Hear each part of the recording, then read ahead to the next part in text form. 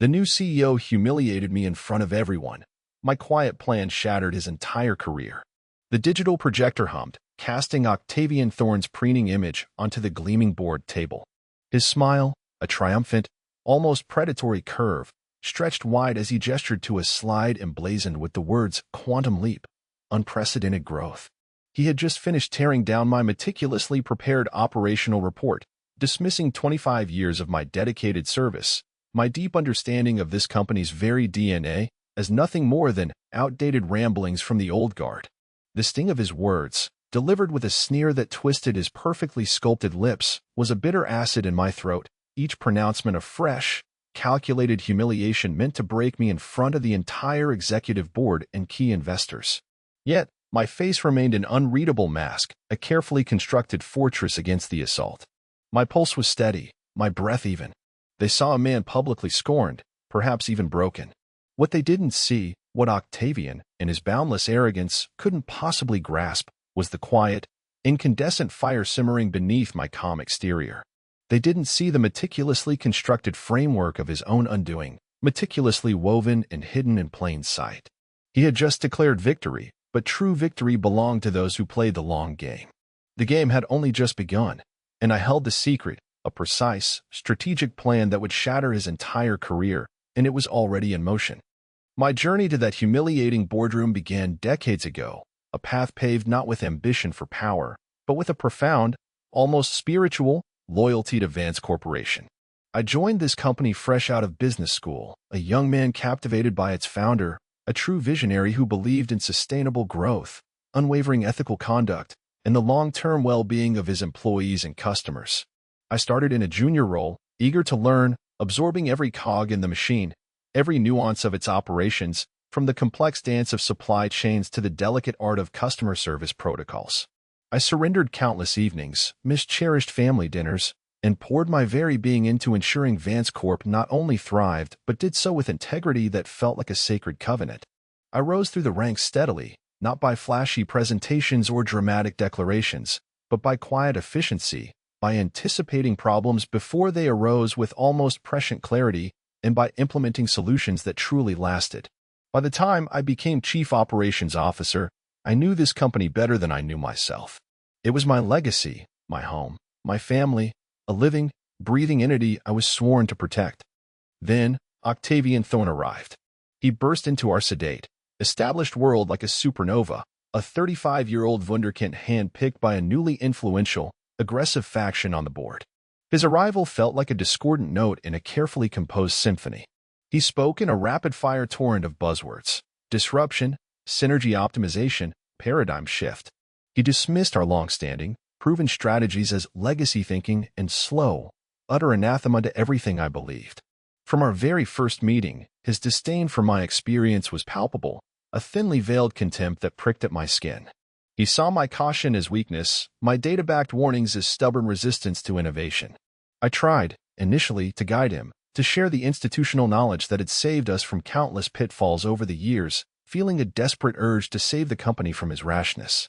I explained the delicate balance of our supply chain, the intricate network of trust we had painstakingly built with our partners, the non-negotiable ethical guidelines that formed the very bedrock of our customer loyalty. He listened, or rather, he waited, impatiently, for me to finish, often interrupting with a dismissive wave of his hand, a gesture that felt like a slap. "Kaelan," he'd say, his voice dripping with condescension, "you just don't get it. This isn't your father's Vance Corporation. We're moving fast, breaking things." The words echoed in my mind, a chilling prophecy. The first red flag wasn't a policy change, but a seismic shift in tone, a growing rot. Octavian started demanding expedited processes that brazenly cut corners, pushing for aggressive sales targets that bordered on misleading, and subtly, insidiously, eroding the ethical checks and balances that I had helped implement with such care. I remember our heated discussion about a new product line. I had presented a report detailing potential manufacturing defects and the grave ethical implications of rushing it to market without proper testing, my stomach churning with apprehension. He just laughed, a dismissive, callous sound that grated on my nerves. "Kaelan, risk is part of the game. We'll cross that bridge when we come to it." That was the precise, heart-wrenching moment I realized my direct appeals were futile, that my wisdom was not just unwanted, but actively scorned. He wasn't interested in preservation or wisdom. He was interested in absolute control and immediate, dazzling gratification. A cold knot formed in my stomach. Vance Corp was truly in peril. It was during that period that the seed of my secret weapon was planted, not in a sudden burst of vengeful fury, but a quiet, methodical response born of a deep-seated, almost primal desire to protect Vance Corporation.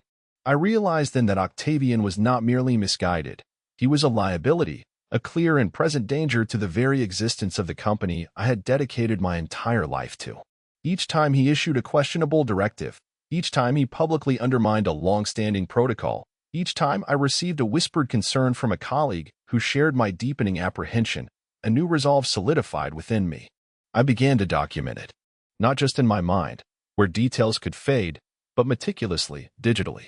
I created a secure, encrypted folder on a private cloud server, a veritable fortress of facts. I saved every damning email, every internal memo, every chilling transcript of a recorded meeting where he gave an unethical order. I photographed his arrogant whiteboard scribbles, cross-referenced his public, glowing statements with his private, chilling directives. I logged the date, time, context, and potential, catastrophic consequences of his every reckless decision. This wasn't a vengeful act in the traditional sense. It was an act of desperate preservation, a quiet, almost agonizing attempt to build an undeniable historical record of the unfolding disaster, should the need ever arise. My secret weapon was simply the unvarnished truth, meticulously gathered and utterly undeniable. It was the quiet, unyielding strength of facts against the bluster of an inflated ego. As Octavian's quantum leap initiative lumbered into full swing, a clumsy, destructive giant crushing everything in its path, I moved with the silent, deadly precision of a surgeon. He believed my quiet demeanor, my seeming compliance after the initial, public shaming, was a sign of my capitulation, perhaps even my defeat. He saw my silence as weakness, an acknowledgement of his superior vision. But truly, my silence was a crucible, forging the evidence he so carelessly left in his wake. While he basked in the blinding spotlight of industry accolades, making grand, empty pronouncements at conferences, I was deep in the trenches, observing, analyzing, and documenting, feeling the weight of the company's future on my shoulders. He pushed for a radically accelerated product development cycle, slashing quality control checks that had been standard for decades, almost contemptuously. I didn't openly defy him. Instead, I quietly ensured that every discarded test report, every engineer's suppressed warning, every desperate email from the product development team found its way into my digital archive. I noted the exact date of each executive order that brazenly bypassed safety protocols, cross-referencing them with the projected production timeline, watching the disaster unfold in slow motion.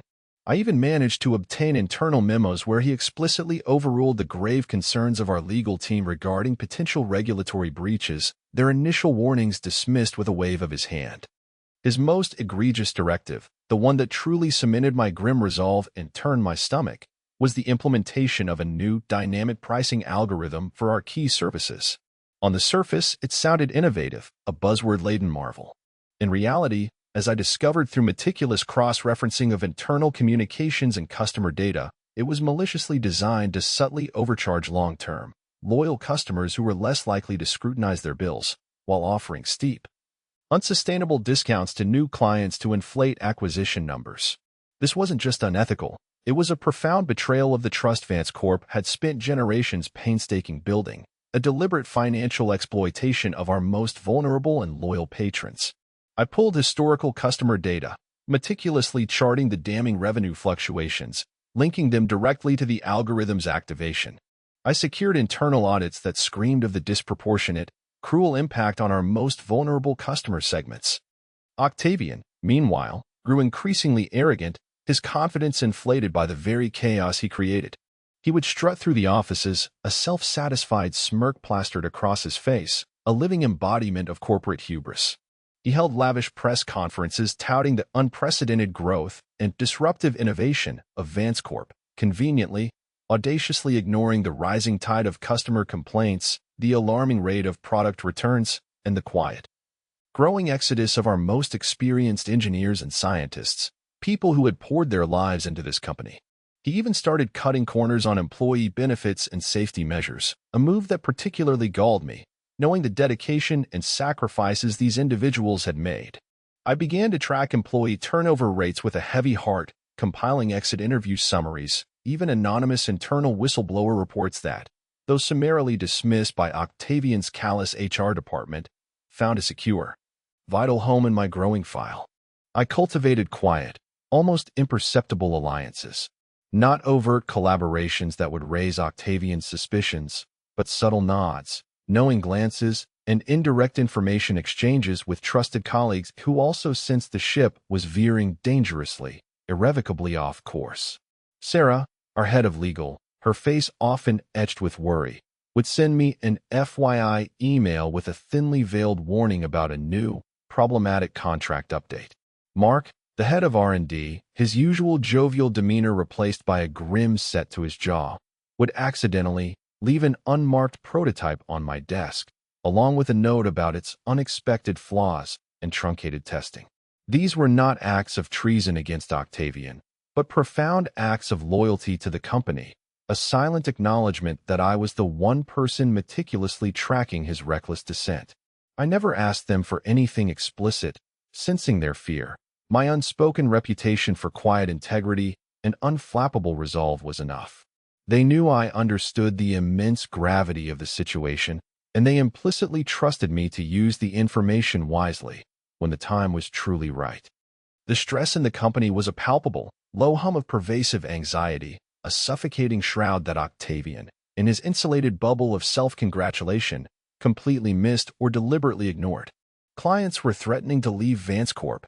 Our once pristine reputation was starting to fray like worn fabric, and I could feel the very soul of the company being slowly eroded. Yet, every time I presented a cautious report, citing cold, hard facts and figures about declining customer satisfaction or increasing operational costs, he would simply dismiss it as negative thinking or resistance to change, his eyes glazing over with boredom. He called me a relic, a dinosaur clinging to outdated metrics, his words like a dull knife twisting in an old wound. He was blind, utterly absorbed in his own inflated self-image, and that very blindness was precisely what I needed, what I had banked on. Every dismissal, every public slight, every act of calculated recklessness was just another invaluable piece of the intricate puzzle I was assembling, a puzzle that would not only expose his incompetence but systematically, mercilessly dismantle the very foundation of his career. My unwavering patience was not weakness. It was the ultimate, devastating strategic weapon. The air in the boardroom was thick with a nervous anticipation, almost vibrating with unspoken tension. It was the quarterly review, the moment Octavian Thorne had been grandly building towards, the summit where he would unveil his supposed triumph, his quantum leap apotheosis. He spoke for an hour, his voice booming with forced confidence, his slides a kaleidoscope of cherry-picked data and projected, improbable, almost fantastical growth. He talked about synergies created, markets conquered, and shareholder value maximized with a theatrical flourish. He painted a dazzling picture of a company soaring, breaking free from the shackles of its past, obscuring the truth with a veil of corporate jargon. He even took a moment to subtly, yet pointedly, acknowledge my presence. Of course, Kaelan here, our seasoned COO, has been invaluable in maintaining the ship, even as we introduce these radical new vectors. It was a patronizing pat on the head, delivered with a smug, almost triumphant smile directed at the investors, designed to underline his dominance in my supposed subordinate, archaic role. A cold fury ignited in my gut, but my expression remained serene. When it was my turn to present the operational review, the room's energy subtly shifted, a current of unease beginning to ripple through the air. My presentation, titled Operational Realities and Sustainability Outlook, was minimalistic in design, devoid of the flashy graphics Octavian favored. My voice was calm, controlled, a steady anchor in the swirling current of Octavian's bluster, as always. "Good afternoon, gentlemen, Ms. Dawson," I began, my gaze sweeping over the board members and key investors, meeting each eye briefly before moving on. My report will focus on the quantitative and qualitative performance of our core operations over the past quarter, particularly in light of the Quantum Leap initiative. I started with familiar, mundane metrics, production efficiency, supply chain reliability, customer retention rates. But as I displayed the first graph, showing a subtle but definite, undeniable decline in product quality, a murmur, A low, questioning hum rippled through the room. As you can see, I stated, my voice even, devoid of accusation, our internal quality control metrics, traditionally at 99.8% compliance, have dropped to a concerning 92.1% in the last fiscal quarter. This correlates directly with the accelerated production timelines implemented under Directive QD-7 from the CEO's office. I projected a crisp copy of Octavian's signed directive, its date clearly visible and damning, along with internal emails where our QC department had voiced strenuous, ignored objections. Octavian shifted in his seat, a flicker of discomfort, almost panic, crossing his usually placid face. Kaelan, those are minor fluctuations. We're talking about speed to market here, rapid deployment. His voice was a little too loud, a little too defensive. Indeed, I conceded, my eyes meeting his briefly, a silent challenge, before returning to the board. However, these minor fluctuations have led to a 15% increase in product returns and a 22% rise in customer service complaints, both historically unprecedented and deeply alarming for Vance Corporation. I then presented recordings of genuine customer service calls, their voices filled with frustration, disappointment, and a sense of betrayal, specifically detailing product failures directly attributable to the expedited processes. The weight of their anger filled the room, their disappointment palpable. The investors exchanged uneasy, knowing glances, their confidence visibly wavering. Then I moved to the dynamic pricing algorithm, the true heart of Octavian's ethical rot. We've seen significant revenue growth and new customer acquisition, I stated, my voice betraying no emotion, but a closer, more detailed examination of our long-term customer base reveals a deeply concerning trend. I projected a complex but undeniably clear spreadsheet, meticulously cross-referenced. This table illustrates the average bill increase for customers who have been with Vance Corp for over 5 years. As per Internal Audit Report 8B-QC, this increase is not tied to increased service usage, but rather to the subtle, incremental price adjustments triggered by the new algorithm, essentially penalizing loyalty and trust. I then displayed excerpts from the legal team's original memorandum, warning, unequivocally, against predatory pricing practices. Octavian's face started to pale, beads of sweat forming on his brow. He mumbled something about statistical anomalies, but his voice lacked its usual bravado, a desperate, fading whisper. The climax arrived with the final, devastating section, ethical compliance and regulatory risk. My greatest concern, I said, my voice gaining a quiet intensity that commanded the room's full, terrified attention, lies in the erosion of our long-standing ethical guidelines. The Quantum Leap initiative, while designed for rapid growth, has, in several instances, overlooked critical regulatory safeguards with breathtaking recklessness. I then projected a scanned copy of an internal email, dated just 6 weeks prior, directly from Octavian himself to his head of sales. The subject line was stark, chilling. Regulatory review, provisional launch. The body of the email was even starker, a direct order that sent a cold shiver down my spine every time I reread it. Proceed with provisional launch, full regulatory review to be completed post-market entry. We can't afford delays. A collective gasp swept, icy and sharp, through the room. This was not just corner-cutting. This was a blatant, criminal disregard for safety. This was a direct order to release a product potentially non-compliant with federal regulations, betting that a retroactive review, a mere formality, would smooth things over. It was a shocking disregard for law and, more importantly, public safety. I then displayed a report from our internal compliance department, vividly red-flagging the specific product and its untested, potentially hazardous components. As of 2 weeks ago, I continued, my gaze sweeping the stunned, horrified faces in the room, we have received 3 preliminary notices from regulatory bodies regarding this specific product.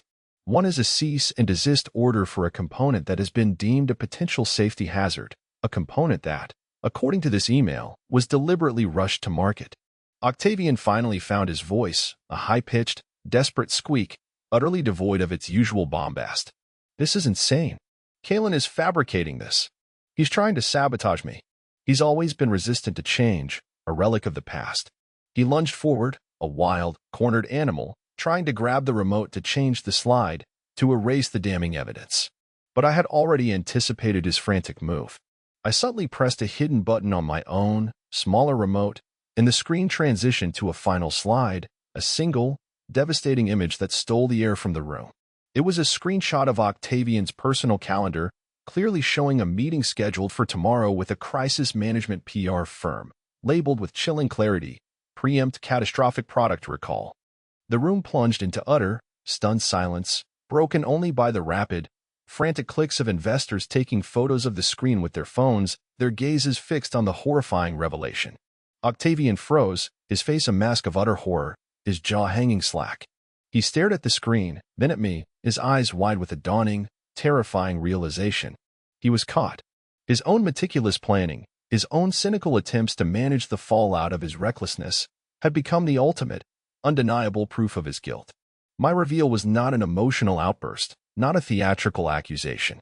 It was a cold, hard, meticulously documented presentation of his own actions, a mirror reflecting his incompetence and deceit, shattering his entire carefully constructed facade, his carefully curated image. In front of the very people he sought to impress. He was utterly, devastatingly unprepared for the quiet, unforgiving truth. The fallout was immediate and brutal. The room erupted, not with shouts, but with a low, intense hum of shocked conversation, a furious murmur. The board members, their faces a mixture of profound shock and cold, simmering anger, immediately called for a recess. Octavian tried desperately to interject, to stammer out denials, his voice cracking, but his pathetic words were drowned out by the urgent whispers and the rapid movements of people gathering their things, their backs already turned to him. I remained seated, calm, observing the controlled chaos I had unleashed. My heart did not pound with wild triumph, but settled into a quiet, profound sense of duty fulfilled, a heavy burden finally lifted. Within minutes, an emergency private meeting was convened with the board and legal counsel, their expressions grim.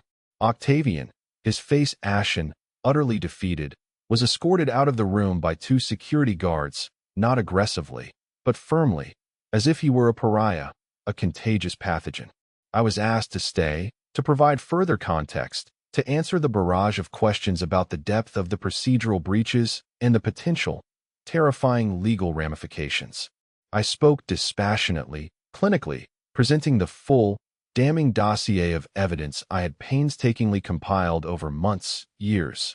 Every email, every recorded conversation, every documented ethical transgression was laid bare, a mountain of irrefutable proof. The sheer volume and undeniable nature of the evidence left no room for doubt, only a grim, undeniable truth.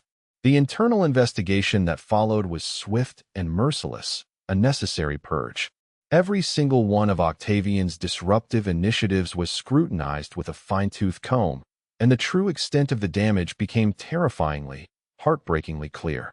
The dynamic pricing algorithm was revealed to be a clear violation of consumer protection laws, incurring significant fines and requiring massive, reputation-damaging refunds to thousands of wronged customers. The rushed product line had indeed led to a widespread recall, a costly and reputation-damaging endeavor that wiped out all of Octavian's supposed gains, leaving the company reeling. The regulatory bodies initiated more severe investigations, and the specter of devastating class action lawsuits loomed large, a dark cloud over Vance Corp.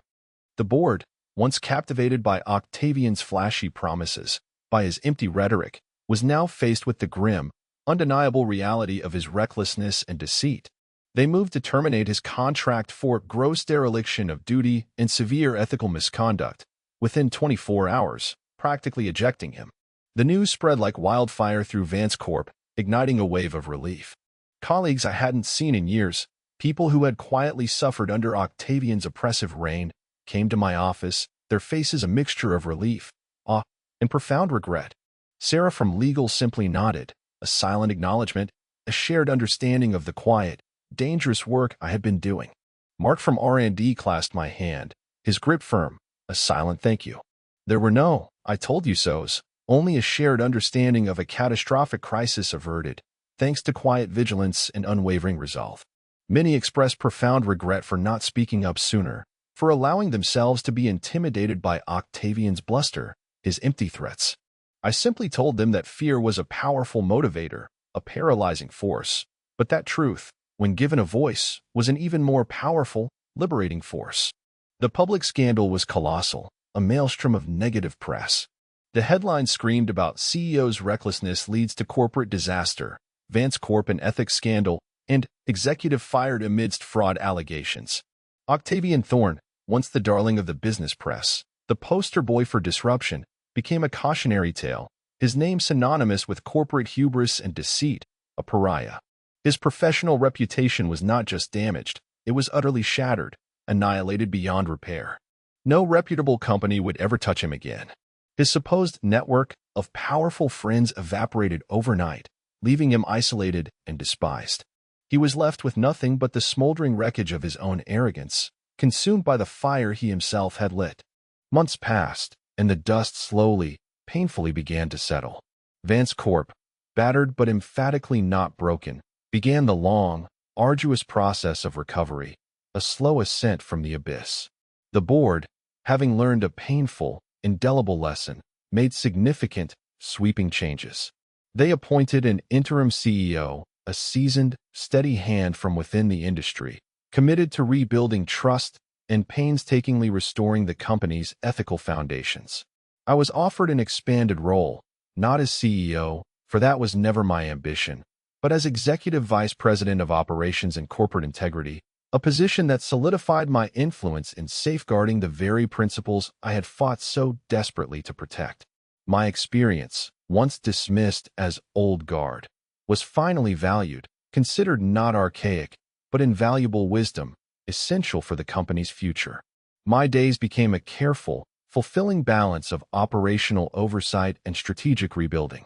We systematically dismantled every one of Octavian's disastrous initiatives, patiently restoring our fractured supply chains, re-establishing robust quality controls that felt like a return to sanity, and, most importantly, winning back the sacred trust of our loyal customers with genuine apologies and a renewed, unwavering commitment to transparent, ethical practices. It was a slow, difficult climb, but it was a solid one, painstakingly rebuilt on the bedrock of integrity, piece by painful piece.